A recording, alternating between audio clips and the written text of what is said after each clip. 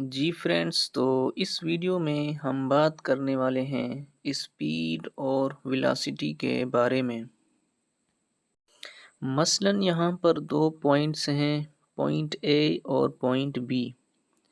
एक लड़का point A से पॉइंट बी की तरफ सफ़र करता है, कुछ डिस्टेंस कवर करता है।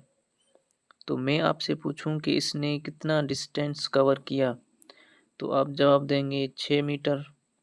और फिर मैं आपसे दूसरा सवाल पूछूं कि इसने ये डिस्टेंस कितने टाइम में किया, तो फिर ये हमारे पास नई क्वांटिटी बन जाएगी।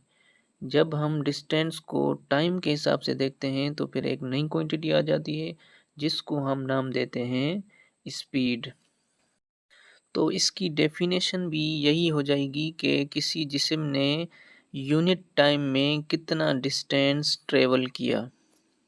अभी फिर से वही दो पॉइंट कंसीडर करें, पॉइंट ए और पॉइंट बी। वही लड़का है, अब ये पॉइंट ए से पॉइंट बी की तरफ स्ट्रेट लाइन में ट्रेवल करेगा। तो हमें पता है कि दो पॉइंट के दरमियान अगर कोई जिस्म स्ट्रेट लाइन में सफ़र करे तो उसको हम डिस्प्लेसमेंट कहते हैं। तो इसका मतलब ये है कि इस लड़के ने अभी डिस्प्लेसमेंट तय किया। तो मैं आपसे फिर सवाल पूछूं कि इसने ये डिस्प्लेसमेंट कितने टाइम में ट्रेवल किया, तो ये हमारे पास फिर एक नई क्वांटिटी आ जाएगी। जब हम डिस्प्लेसमेंट को टाइम के हिसाब से देखेंगे तो फिर ये वेलोसिटी बन जाएगी।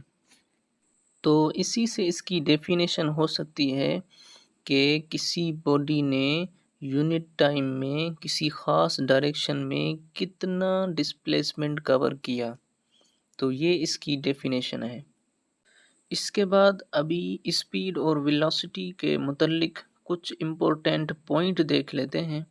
सबसे पहले स्पीड को हम v से शो करते हैं, जबकि वेलोसिटी को हम v एरो हेड से शो करते हैं। इसके अलावा स्पीड का फार्मूला है v is equal to s by T, जबकि वेलोसिटी का फार्मूला है v is equal to D by T. यहाँ पर d डिस्प्लेसमेंट को शो कर रहा है। इसके बाद इन दोनों का यूनिट सेम होता है, यानी कि मीटर पर सेकंड।